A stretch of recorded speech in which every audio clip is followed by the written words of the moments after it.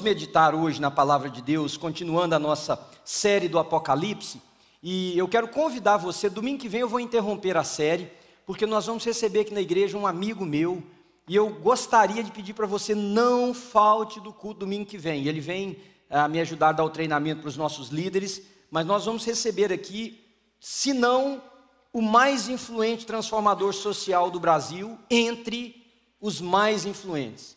Ele tem mudado a história do Brasil no que diz respeito a serviço em prol dos outros, voluntariados. Ele é diretor de uma ONG muito conhecida, não vou falar o nome que nós começamos a traduzir aqui já, mas a transmitir, mas na semana que vem ele estará conosco aqui no culto. Então venha, traga um amigo seu. Nós vamos na outra semana encerrar a série do Apocalipse. Hoje nós vamos conversar sobre a igreja em Sardes. Daqui a pouquinho eu vou colocar ali para vocês algumas imagens. Antes vamos ler o texto bíblico.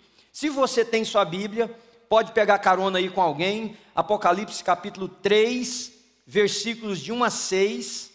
Nós vamos ler juntos.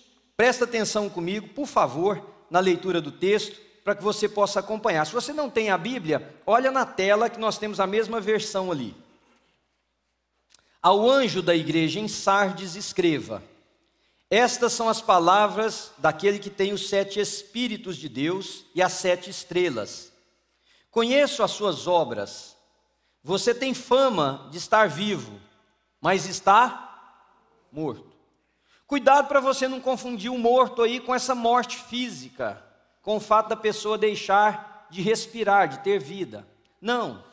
O contexto é que a existência daquelas pessoas, eles imaginavam ter vida, porque andavam, comiam, respiravam, conviviam, mas estavam mortos, porque diante de Deus não havia vida.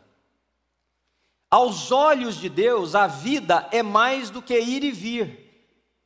Aos olhos de Deus, estar vivo tem muito mais a ver com os conceitos e as escolhas que nós fazemos. Por exemplo, nós não corremos nenhum risco de dizer que em várias igrejas nós temos várias pessoas que estão mortas, embora andem, sirvam, frequentem um culto, façam colaborações ou contribuições. Esteja atento, fortaleça o que resta e que estava para morrer, pois não achei as suas obras perfeitas aos olhos do meu Deus. Lembre-se, portanto, do que você recebeu e ouviu. Obedeça, arrependa-se, mas se você não estiver atento, virei como um ladrão, e você não saberá a que hora virei contra você. Como um ladrão não quer dizer a personificação de atitudes de um ladrão. O que quer dizer o texto é a coisa inesperada, surpresa da chegada de alguém que vem nos fazer o mal ou que vem roubar aquilo que nos é precioso. Ora, a própria palavra de Deus diz que se nós soubéssemos a que hora que o ladrão viria, nós fecharíamos as portas, colocaríamos guarda, defenderíamos a nossa casa. Mas porque não sabemos, somos pegos de surpresa. E ele está dizendo: senão eu virei como você dessa maneira. É quando você imagina que a sua saúde está no auge, é quando você imagina que o seu dinheiro agora não falta mais, é quando você imagina que a sua vida está corretíssima, é quando você imagina que você está no pleno esplendor. Eu posso vir contra você, porque você ouviu e você não aprendeu e você não se arrependeu.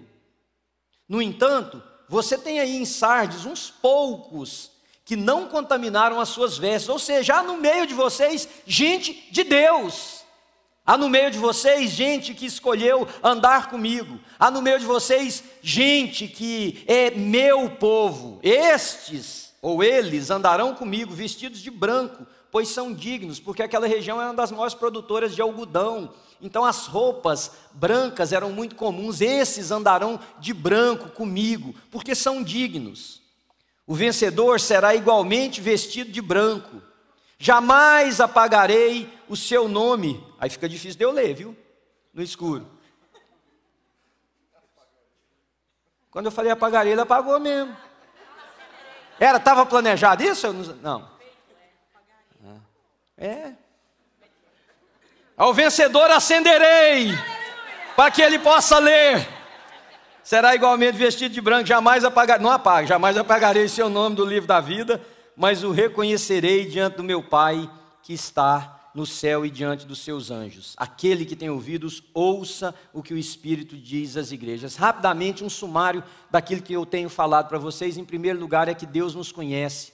Deus te conhece, Deus sabe quem você é. Quando eu digo conhece, é mais do que a pele, é mais do que o endereço, é mais do que o que você apresenta. Deus conhece o seu coração, Deus sabe as suas motivações, Deus sabe os seus pensamentos, Deus conhece aquilo que mais ninguém conhece da nossa história. Você pode contar uma história do porquê que as coisas são como elas são, mas Deus conhece a verdadeira causa e a razão do porquê que elas são como elas são. Você pode justificar as palavras que saem da sua boca, mas Deus conhece a fonte. Você pode justificar o porquê que o seu olhar é de uma ou de outra maneira, mas Deus sabe o porquê. Deus te conhece. Todas as cartas dizem isso, eu te conheço. Por que nos lembrar disso? Para que eu e você saiba que diante de Deus não dá para ter duas caras. Para que eu e você saibamos que diante de Deus não adianta fingir. Nós enganamos a nós mesmos, que diante dele os seus olhos ultrapassam toda a barreira física que eu e você construímos para bloquear as pessoas de perceberem a nossa história. Diante dele as nossas desculpas caem por terra. Diante dele aquilo que nós levantamos como a verdade é provado. Eu te conheço. Então, se você puder me ajudar a dizer para a pessoa que está do seu lado, Deus nos conhece, Deus te conhece, para além das suas desculpas, para além daquilo que você... Deus te conhece. Irmãos, eu vou dizer uma coisa para vocês, estudando, reestudando esse texto para falar com vocês, essa palavra, cada vez que eu li, ela pesava um pouco mais no meu coração, porque eu escutava aqui no ouvido, Deus dizendo, Manuel, eu te conheço. E Deus nos conhecer... Porque eu conheço maridos que têm segredos para a esposa. E eu conheço esposas que têm segredos para o marido. E escolheram não revelar por uma razão ou por outra. Eu conheço amigos que não são vistos pelos amigos como eles realmente são. Eles são uma apresentação que dá legitimidade à amizade que eles têm. Mas não são eles. Eu não sei se você conhece gente que você não vê o coração da pessoa. Você fala assim... Sei por quê, parece que não dá para ler essa pessoa. Eu conheço gente, e você deve conhecer. Mas saber que Deus vê, e que Deus sabe, e que Deus conhece, se nós tivermos, querido, um pingo de temor, isso mexe lá nas bases da construção da nossa vida. Porque não tem lugar escuro demais que eu esteja, que Ele não esteja me vendo.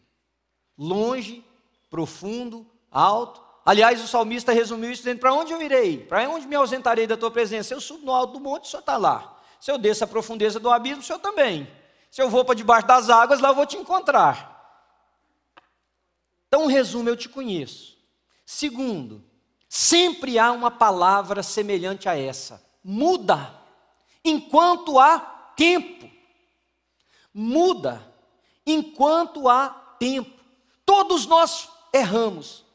Todos nós pisamos na bola, todos nós fizemos coisa que nós temos vergonha de lembrar, todos nós, eu me lembro quando a Sara era bem pequenininha e ela foi para uma escola determinada e eles fizeram uma entrevista comigo, e na entrevista eu caí na bobagem de tentar ser transparente, e eles me perguntaram da minha história de vida no Brasil e eu contei que na juventude eu não fui nenhum santo. Só que eles publicaram e pregaram na escola a entrevista inteira. Então aí um dia a Sara, eu lembro, ela me disse assim, eu não sabia que o senhor tinha feito isso. Todos nós temos, eu tenho, imagino que você tem, não vou dizer todos porque eu não quero ser abusivo, mas eu imagino que a grande maioria de nós tem coisa que você lembra e fala, poxa, eu podia não ter ido lá, não é verdade? Eu podia não ter feito aquilo. Eu podia não ter falado aquela palavra, eu podia não ter, sei lá, participado daquele negócio. Eu acredito que a grande maioria de nós tem. Mas um dia, Deus fala comigo e com você o seguinte, Manuel, muda. Sabe o que é? O caminho que você está indo é por aqui, para, ele está errado. Vira para a direita. Ou faz uma volta completa e volta para o lado de cá, vai para cá ou para acolá. Esse aí está errado, Manuel. E a gente insiste em colocar tapa-ouvidos e dizer o seguinte, não, eu vou, e Deus vai pôr a mão, e Deus vai abençoar. E ele está dizendo, não. Irmãos, a mensagem recorrente dessas cartas é o seguinte: tem um dia que isso tem que parar. Antes que ele pare. Tem um dia que isso tem que mudar, antes que ele venha e mude. Mude o nosso candeeiro de lugar, na expressão que mais aparece. Mude a nossa história, acabe com ela. Alguém brincou na viagem que nunca viu tanta pedra caída, igrejas que existiram e que hoje são ruínas. Está certo, por causa das invasões, dos exércitos que foram, das povoações inimigas. Mas a igreja vira ruína. Igreja Manuel, igreja Sua Vida, se nós não mudarmos de caminho. Ele diz em todas as cartas, muda. E sabe como que ele fala, ele divulga essa mudança? Através de uma frase que é recorrente: quem tem ouvidos, ouça. E aí eu fiquei pensando muito sobre essa coisa de quem tem ouvidos, ouça. E como pastor eu sei muito bem o que é conviver com pessoas que parece que o coração é como esse negócio aqui, olha. Que escutam, mas que parece que nada muda. Eu não sei se você tem convivência com gente que não se transforma, que não amadurece, que não passa a ver a vida de outra maneira. E que no nosso caso, independente da influência que nós imaginávamos que o Evangelho teria, essas pessoas continuam exatamente iguais. E é isso que ele está dizendo. Você tem ouvidos? Você está escutando que eu sou o Senhor? Você está ouvindo que eu conheço? Eu sei o que você fala. Eu sei onde é que você olha, eu sei onde é que seus pés vão. Você entende que se você não mudar, eu virei contra ti. Quem tem ouvidos, ouça o que o Espírito diz às igrejas. Destas 7 igrejas, 2 delas só receberam elogio e nenhuma condenação, Esmirna e Filadélfia. Uma delas, que nós vamos estudar no próximo domingo que eu pregar, nós vamos ver uma igreja que só recebeu condenação, que é a igreja de Laodiceia, que aliás os irmãos dessa viagem entenderam muito bem o porquê do morno, o porquê daquilo que Deus disse para ela, o porquê do colírio das roupas, lá no vale de Pamukkale. Entenderam muito bem isso. Mas de entender geograficamente, historicamente é uma coisa, de aplicar a vida é outra. E 4 dessas igrejas receberam elogios. E receberam também condenação, e essa é uma delas, a igreja de Sardes, porque foi Éfeso, Pérgamo e Tiatira que receberam essa mensagem dupla.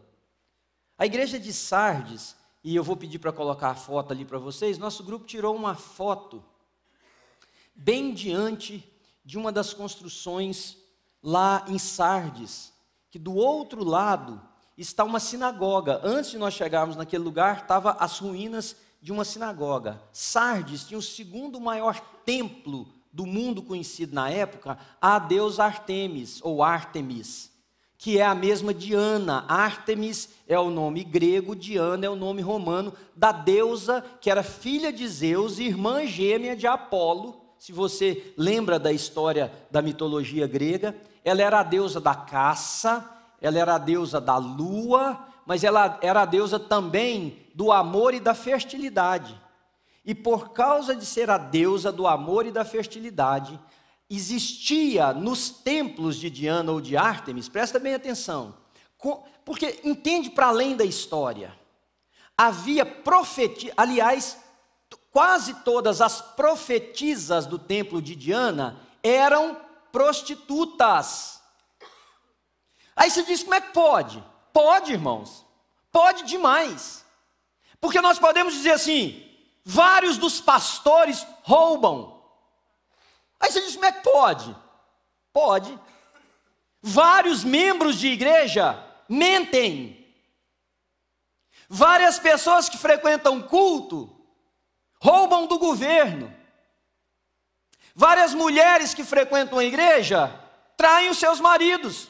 E maridos traem as suas mulheres. Você diz, como é que pode? Pode. Porque a religião pode cegar e fazer com que cada um de nós pense que ser religioso e andar com Deus é a mesma coisa. E não é. Ser religioso significa cumprir dogmas, práticas, costumes de uma determinada religião, e elas faziam isso. Mas como a deusa era a deusa da fertilidade, ora, vamos ser férteis. Então haviam as prostitutas cultuais, que tinham relacionamento sexual no perímetro do templo, para que a deusa da fertilidade abençoasse, para que a deusa do amor abençoasse. E nós imaginamos, cristãos que somos, que é possível nós termos atos de perversão na nossa vida, e por perversão não diga apenas da sexualidade, perversão qualquer, e a mão de Deus virá sobre nós, com bênção. Qual é a diferença das prostitutas de Diana e dos prostitutos e prostitutas que se transvestem de cristão para pedir a bênção do Criador dos céus e da terra? Entendem o que eu estou dizendo? Então essa cidade vivia nesse contexto. Eu não vou nem mostrar para vocês o vídeo, por favor, não precisa colocar, por causa do nosso tempo. Primeiro ensino para essa comunidade de irmãos é que os membros daquela comunidade de Sardes viviam no engano. Porque eles achavam que a prática de vida deles, por aceitar a prostituição ritual, por conviver com aquela licenciosidade, por terem o estilo de vida que eles tinham, isso era levado de somenos diante de Deus. E Deus diz para eles: vocês acham que vocês estão vivos? Irmãos, nós cantamos, sabe o que me pesa? O que me pesa é imaginar o seguinte: como é que Deus vê a nossa comunidade? Porque essa carta, ou estas cartas, não foram escritas para uma igreja local, ali, a igreja X, Y, a igreja tal. Não, foi escrito para a comunidade da fé de uma determinada localidade. Os irmãos na cidade, é como se fosse uma carta escrita para a igreja em Framingham. Quem é a igreja em Framingham? A New Life? Não, a New Life é uma das congregações em Framingham. Existem muitas, mas existe uma comunidade cristã. Aí sabe o que eu vejo, por exemplo? Eu vejo um irmão, e nada tem me chocado mais do que o processo político do Brasil agora, porque nós vemos um irmão se virar contra o outro. Se ele pudesse, ele pulava no pescoço do cara e matava, porque ele vota por um candidato e o cara vota para o outro. Porque alguém expressou, eu vi com expressão de horror, um pastor que eu conheço há muitos anos, homem fiel, homem de Deus, porque expressou sua posição política, de ser xingado por outros membros de igreja. Aí eu fico imaginando Deus olhando e dizendo assim: vocês dizem que estão vivos, né? E o processo político está dando visibilidade ao monstro que existe dentro de cada um de vocês, ao podre que cada um de vocês carregam, e que não se deixaram transformar. Quer dizer que a opção ideológica, política de alguém, vale mais para você do que o seu irmão por quem Jesus morreu. Entendem o que eu estou dizendo? Então a gente acha que está vivo. Estamos celebrando, nosso candidato vai ganhar, ou isso ou aquilo, seja lá o que for. E Deus pode olhar e dizer assim: está morto. Agora, qual que é o problema de uma pessoa que pensa que está vivo, mas está morto? É que ele está vivendo um engano, para um dia ele descobrir que nunca foi, para quando ele chegar diante de Deus, e ele vai dizer assim: qual que é a minha fila? Porque aí Deus vai dizer: aquela de lá. Não, mas eu estou vendo algumas pessoas que eu imagino que são do Senhor nessa de cá. Não, é verdade. Mas por que a minha é de lá? Porque eu nunca te conheci. Porque você nunca foi meu. Porque seu coração nunca foi alcançado por mim. Não, mas o senhor não está entendendo. Eu fiz tudo de acordo. Pois é, você fez. De acordo com uma religião que você absorveu como engano, para nunca ter o seu coração escrutinado, para nunca ter a sua vida trazida para a luz, para nunca querer ser confrontado, para achar que é melhor você dar alguns gritos e alguns pulinhos, e de que isso me impressionaria, ao invés de você quebrantar, como nós cantamos aqui, quebrar um vaso de alabastro na minha presença e ser mudado. O problema do engano é que ele nos força a colocar máscaras. E o problema das máscaras é que, ao a usarmos por longo tempo, o que acontece? Ela prega em nós, querido, e nós nos tornamos a máscara. Nós nos tornamos o engano. Aos membros daquela igreja, vocês dizem que tem vida, mas eu digo para vocês, vocês estão mortos. Mortos. Qual é o oposto do engano? Autenticidade. Diante de Deus. Porque é melhor que você seja frio ou quente. Porque morno você causa náusea. Escolhe a sua posição, saia desse lugar onde você contraria o olhar do Todo-Poderoso. Se é que você teme a Deus. Eu conheço. Você diz que está vivo, mas você está morto. Por que nós precisamos escolher? Porque a nossa vida, presta atenção, irmãos, onde está Deus? Onde vive Deus? Nessa época, os deuses viviam nos templos. Tanto que o templo não era permitida a entrada das pessoas, a não ser para fazer alguma coisa ligada àquele deus ou àquela deusa. As pessoas ficavam nos pátios. As celebrações, as ofertas, os encontros se davam na extremidade. O que para nós é muito significativo, porque Jesus, quando ele morreu, o véu do santuário foi rasgado, para eu e você podermos entrar na presença do Pai, amém? Louvado pelo sangue de Jesus, foi aberto um novo caminho para nós. Mas onde está Deus? E alguém escreveu muito bem sobre isso. Deixa eu te falar uma coisa.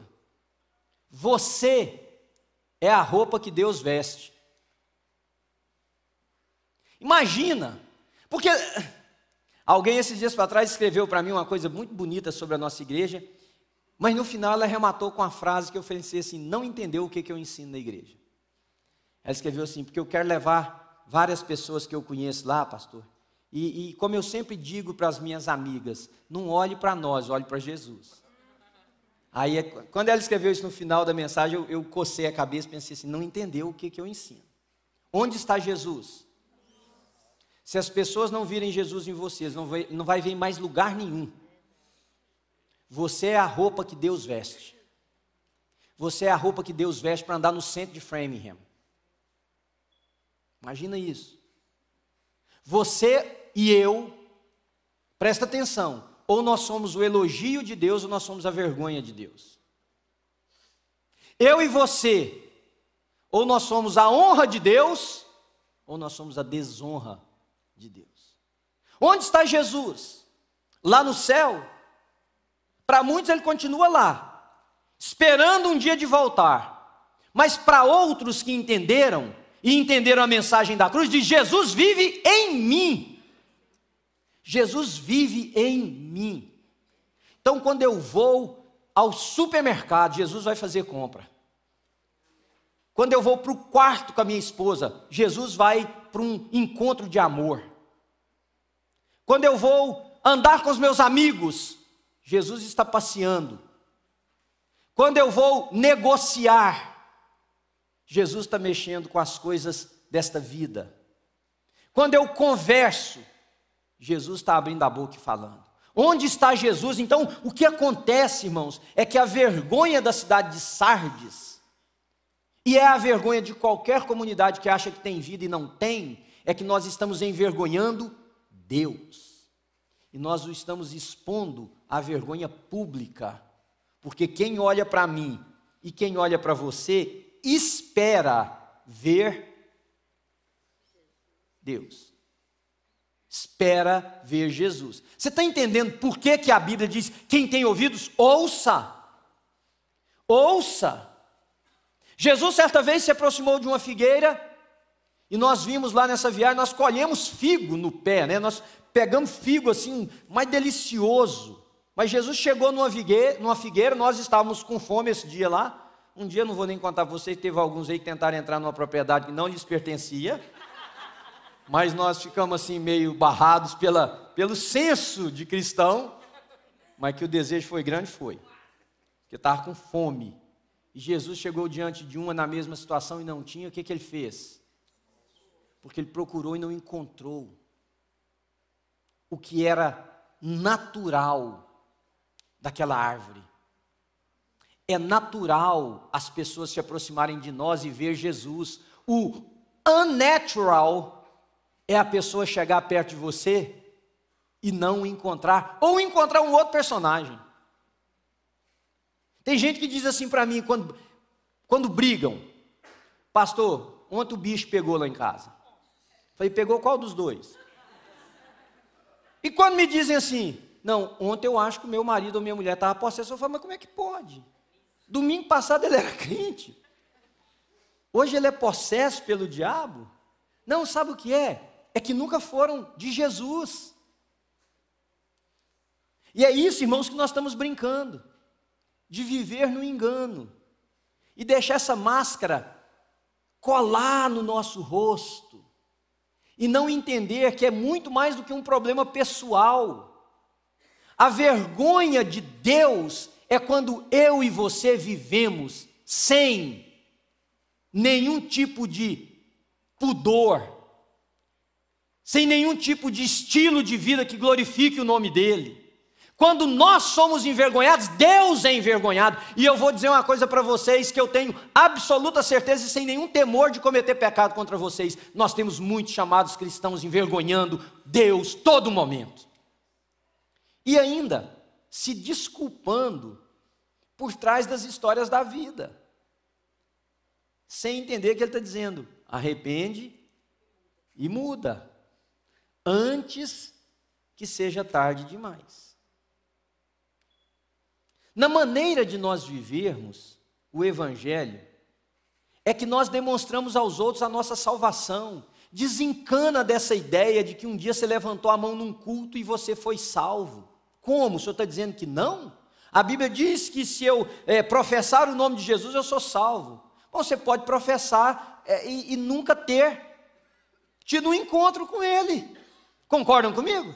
Você pode ter levantado a mão porque o ambiente era propício, porque a música tocou o seu coração. Você pode ter levantado a mão porque você foi pego no erro e está com medo das consequências, e para se livrar das consequências qualquer coisa vale. Então Jesus, eu te aceito como Senhor. Sabe que tem uma estatística que diz que 95% dos presos dizem ter convertido na cadeia? Vocês já sabem disso? Não? Mas deixa eu te contar uma coisa: 82% dos convicts que são soltos voltam para a cadeia. Que conversão foi essa, moço? Que você converteu aqui, foi lá fora e matou de novo, roubou de novo. Sabe o que é? É o sistema de opressão de uma penitenciária. Aliás, dizem, através dessas estatísticas, que quando uma pessoa se apresenta diante daquele board que vai decidir se ele pode ser solto com antecedência, não fala mais I'm a born again, não fala mais que você é um convertido, porque não cola mais. Na maneira de viver o Evangelho está a nossa salvação. É claro que um dia eu tive que ser impactado em você com a mensagem do Evangelho e me render a Jesus, claro. Aí talvez você levantou as mãos, talvez você não levantou mão. Talvez você atendeu um apelo para vir ao altar, talvez não teve o apelo para vir ao altar. Mas você sabe, Jesus botou o dedo na minha vida, eu entendi quem eu sou e que eu preciso dEle, que sem Ele eu estou perdido e que eu preciso entregar a minha vida e me render a Ele. Isso aconteceu. Mas sabe onde é que isso é manifesto? Não é se você levantou a mão no culto. Isso é manifesto nos 365 dias da minha e da sua vida, de como eu e você vivemos. Versículo 3 diz assim: lembra-se, portanto, do que você recebeu e ouviu, obedeça e arrependa. Eu podia parafrasear isso e dizer para você o seguinte: lembra de ouvir a palavra de Deus? Lembra o que a palavra de Deus diz sobre mentir? Não minta, pare de mentir. Lembra o que a palavra de Deus diz sobre respeitar o próximo? Respeite. Ainda que ele tenha um candidato político diferente do seu, respeite.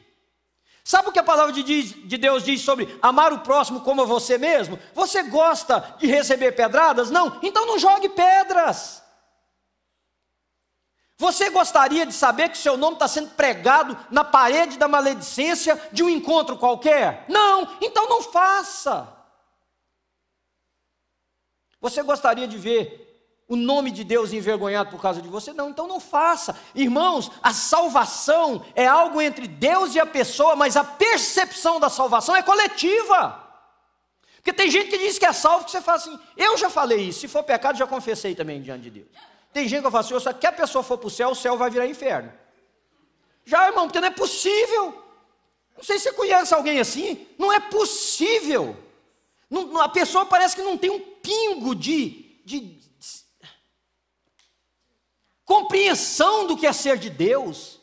A língua é peçonhenta, a cabeça não funciona, o coração é cheio de mancha. Então como é que pode ser céu? E eu não estou sendo arrogante, prepotente, dizendo que o céu é de alguns favorecidos, não. Mas o que eu estou dizendo é o seguinte, como é que a gente percebe a salvação? Anda com a pessoa.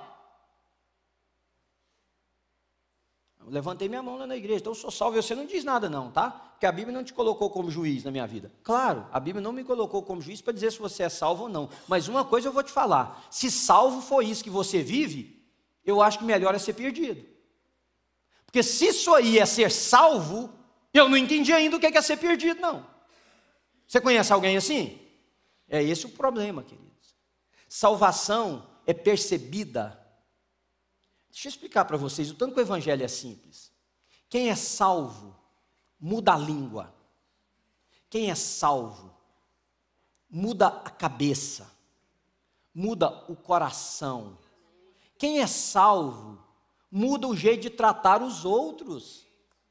Você quer algo mais simples do que isso? Quem é salvo porque Jesus entrou? Porque salvo aqui não é o seguinte, o cara está afogando no mar, joga uma boia para ele, resgata ele de lá, porque senão ele vai morrer afogado. Ok, trouxe ele para um navio, para a terra seca, está salvo. Salvo aqui não é isso, salvo é metanoia, é mudança. Rogo-vos, pois, irmãos, pelas misericórdias de Deus, que apresenteis os vossos corpos como um sacrifício vivo, santo e agradável a Deus, que é o vosso culto racional. E não vos conformeis com este século, mas transformai-vos pela renovação da vossa mente, para que vocês então experimentem qual seja a boa, perfeita e agradável vontade de Deus. Ser salvo é ser nova pessoa, que vai crescendo como o romper do dia. Tem gente que cresce o contrário. Está 10 anos na igreja, escureceu mais, ficou mais agressivo, ficou mais violento, ficou mais crítico, ficou mais perverso no seu olhar. Como? É porque está vivendo um engano, acha que está vivo, e já morreu, Eu e você, irmãos, nós somos a roupa que Deus veste. Então lembra, deixa eu ler o versículo de novo para eu terminar. Lembre-se, portanto, do que você recebeu e ouviu. Obedeça e arrependa-se. Engraçada a ordem das palavras, nós não temos tempo para falar sobre isso aqui agora, por causa nós vamos celebrar a ceia. A obediência vem antes de qualquer coisa. Obedeça. Nós vivemos numa sociedade muito antropocêntrica, onde todos nós temos tanto direito, que nós imaginamos que até as escolhas que nós temos diante de Deus dependem de nós e não dele. Deus é Senhor. A mim e a você cabe obedecê-lo. E ao obedecê-lo, arrependermos de toda e qualquer vez que o nosso ímpeto humano nos leve na direção contrária. A igreja de Sardes dizia, estamos vivos, celebrativos. A igreja de Sardes tem endereço, ela tem o endereço da sua casa, da minha casa. E Deus olhava e dizia assim, vocês acham que estão vivos, mas vocês estão mortos. Só que mesmo para essa igreja, para esse povo, que Deus diz que acha que está vivo e está morto, tem esperança. E eu e você temos uma coisa linda hoje, a esperança está diante de nós. Na expressão da ceia, porque Jesus Cristo morreu para que eu e você tivéssemos vida, e vida nele, para que agora já não viva mais eu, mas Cristo viva em mim, ou em nós, e a vida que agora vivemos pela fé no Filho de Deus, que a si mesmo se entregou por mim e por você. Então a ceia mostra isso. O meu corpo, diz o Senhor Jesus, que é quebrado por vós, o corpo dele foi entregue, o meu sangue, nova e eterna aliança, compromisso, pacto, não feito porque você veio na igreja, não feito porque você é de uma determinada denominação, não feito porque você é religioso, pacto de que agora eu vivo em você, de que você é meu, eu vivo em você. As pessoas que andarem perto de você vão ver na sua roupa o meu rosto, essa é a nova e eterna aliança no meu sangue. Façam isso. Isso o quê? Partam o pão, porque só de partir, de entregar, nós já estamos anunciando a morte de Jesus até que Ele venha. Venha para quem? Para buscar os seus. Mas a mesma morte que vem buscar os seus, irmãos, vem, e não falta uma palavra melhor agora, vem condenar muitos. O fato de Jesus voltar, só o fato de Jesus voltar, deveria nos causar profundo temor e arrependimento, porque a sua vinda, ela vai diferenciar.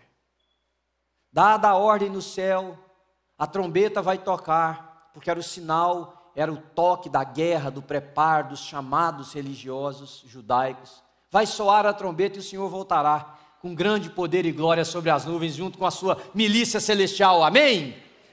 E nós, os que estivermos vivos, nós seremos levados junto com Ele, de modo nenhum precederemos os que dormem, porque os nossos irmãos serão arrebatados primeiro, e nós seremos arrebatados para estar com o Senhor na eternidade. Mas naquele dia, que é um dia de celebração e de festa, e de ressurreição para a glória, haverá, porque os mesmos textos bíblicos dizem, ressurreição para vergonha eterna, para a dor e para a tristeza eterna.